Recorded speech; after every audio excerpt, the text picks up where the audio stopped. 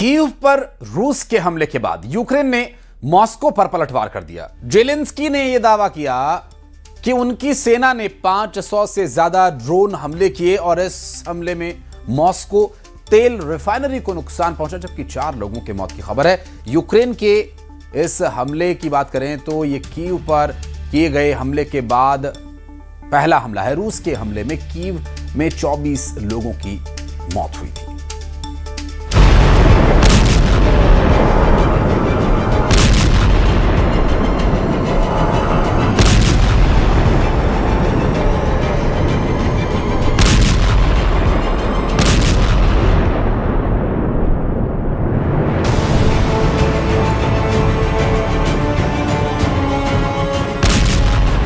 Ukraine ने Moscow को जलाना शुरू कर दिया है।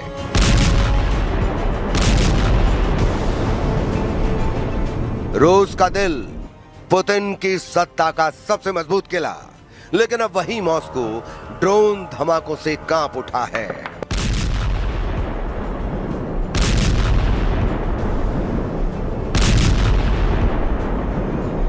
आसमान में आग, सड़कों पर सायरन, एयर डिफेंस की अंधाधुंध फायरिंग और रूस के भीतर अब तक का सबसे बड़ा यूक्रेनी ड्रोन हमला।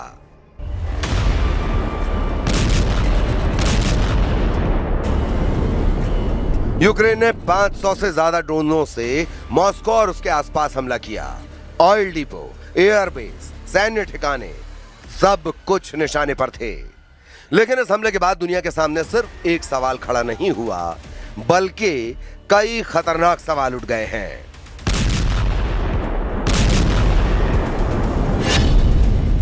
क्या पुतिन ने अब सीधे ज़ेलेंस्की को खत्म करने की तैयारी कर ली है? क्या कीव के पावर सेंटर अब क्रेमलिन के नए टारगेट पर हैं?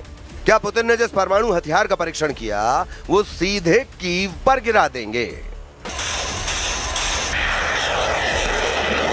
जंग के 4 साल बाद भी पुतिन की सेना यूक्रेन को हरा नहीं सकी है।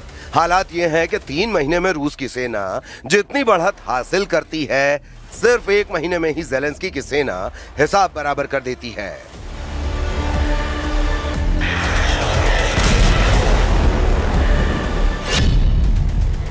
यूक्रेन ने जिस MNPZ रिफाइनरी पर ड्रोन हमला किया वो मॉस्को की मेन ऑयल रिफाइनरी है।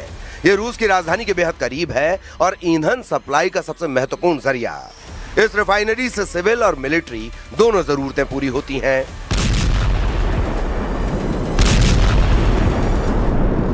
इस रिफाइनरी पर अटैक से रूस की ऑयल प्रोडक्शन और लॉजिस्टिक्स पर असर पड़ सकता है, जो फिलहाल युद्ध के लिए बेहद जरूरी है। Також є хороша робота нашої розвідки. По-перше, чітко розуміємо, що обговорюється між Росією та керівництвом Білорусі. Пішла зараз більша активність росіян, я маю на увазі в розмові з Олександром Лукашенком. Хочуть значно більше втягнути Білорусь у війну, та саме з території Білорусі जंग के 5वें साल रूस यूक्रेन युद्ध का वॉरफेयर पूरी तरह से बदल गया है। अब यूक्रेन मिसाइलों का जवाब ड्रोन से दे रहा है। रिपोर्ट में दावा किया गया कि मार्च महीने में रूस ने यूक्रेन पर 6000 से ज्यादा ड्रोन दागे। इसके जवाब में यूक्रेन ने मॉस्को पर 7000 से ज्यादा ड्रोन हमला किया। मतलब ड्रोन हमलों में यूक्रेन ने रूस को पीछे छोड़ दिया।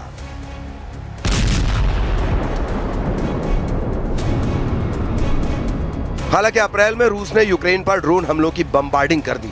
ज़ेलेंस्की ने दावा किया कि 13-14 मई के दौरान रूस ने 1500 से ज्यादा ड्रोन और 50 से ज्यादा मिसाइलें कीव और आसपास के इलाकों में दागी। रूस ने यूक्रेन पर ऐसा हमला किया जिसने पूरे युद्ध की दिशा बदल दी। कीव की रात को आग के समंदर में बदल दिया। यूक्रेन के ऊर्जा ढांचे, एयर डिफेंस सिस्टम और सैन्य कमांड नेटवर्क पर लगातार हमले हुए। लेकिन सवाल है कि रूस के इन हमलों का मकसद क्या था? सिर्फ शहरों को तबाह करना या फिर यूक्रेन की कमान तोड़ना? ज़ेलेंस्की ने दावा किया है कि रूस उनकी हत्या की साजिश रच रहा है।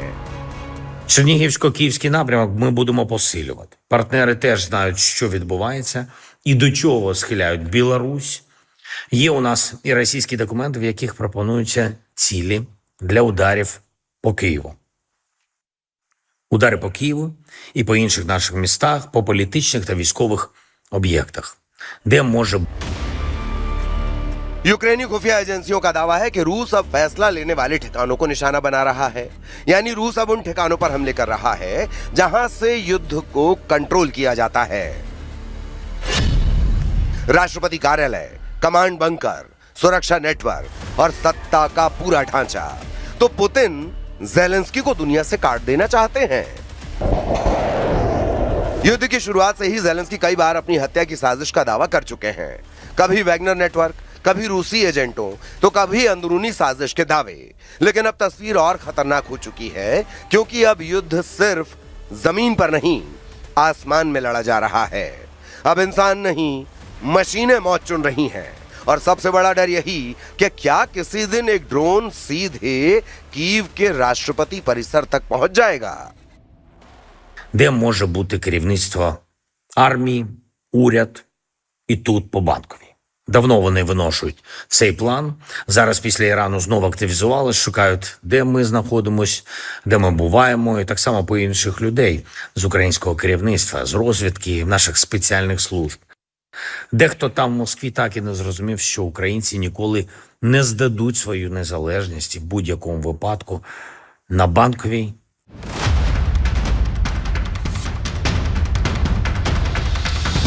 मॉस्को पर यूक्रेन का हमला सिर्फ बदला नहीं था, वो एक संदेश था। अगर कीव जल सकता है तो मॉस्को भी सुरक्षित नहीं। यूक्रेन के ड्रोन अटैक के बाद रूस के अंदर कई एयरपोर्ट बंद करने पड़े।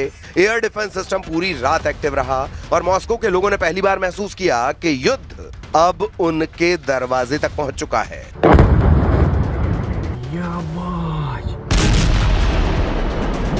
लेकिन क्या कभी किसी ने सोचा था कि एक छोटा सा देश रूस की राजधानी को इस हद तक हिला देगा? क्या कभी किसी ने कल्पना की थी कि यूक्रेन 4 साल तक मॉस्को के हर हमले का दोगुनी ताकत से जवाब देगा?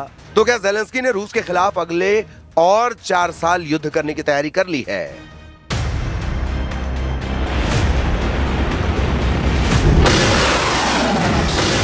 लेकिन इस जंग में पुतिन भी पीछे हटने के मूड में नहीं दिख रहे। खुफिया रिपोर्ट के मुताबिक रूस के पुराने मिसाइल स्टॉक तेजी से खत्म हो रहे हैं और अब नई बनी KH-101 क्रूज मिसाइलें सीधे फैक्ट्री से युद्ध में भेजी जा रही हैं। यानी हथियार भी बन रहे हैं और तुरंत दागे भी जा रहे हैं। तो क्या रूस अब युद्ध के दबाव में जंग लड़ रहा है? क्या लंबा युद्ध पुतिन पर भारी पड़ रहा है? क्योंकि दूसरी तरफ अमेरिका ने रूसी तेल से जुड़ी राहत हटाकर आर्थिक दबाव और बढ़ा दिया है। रूस का बजट घाटा बढ़ रहा है, प्रतिबंध बढ़ रहे हैं। बावजूद इसके पुतिन लगातार अपने सुपर वेपन दिखा रहे हैं। हाल ही में रूस ने RS-28 सरमत मिसाइल का परीक्षण किया। करीब 18,000 रेंज वाली ये मिसाइल लगभग पूरी दुनिया के किसी भी हिस्से तक पहुंचने की क्षमता रखती है। रूस का पोसाइडन सुपर टॉर्पीडो ऐसा परमाणु हथियार जो अंडर वॉचर लंबी दूरी के टारगेट को तबाह कर सकता है।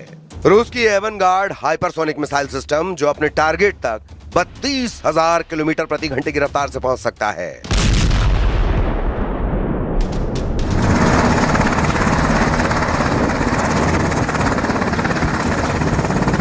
और इसी बीच नेटो सीमा पर भी युद्ध भड़कने का खतरा बढ़ता जा रहा है।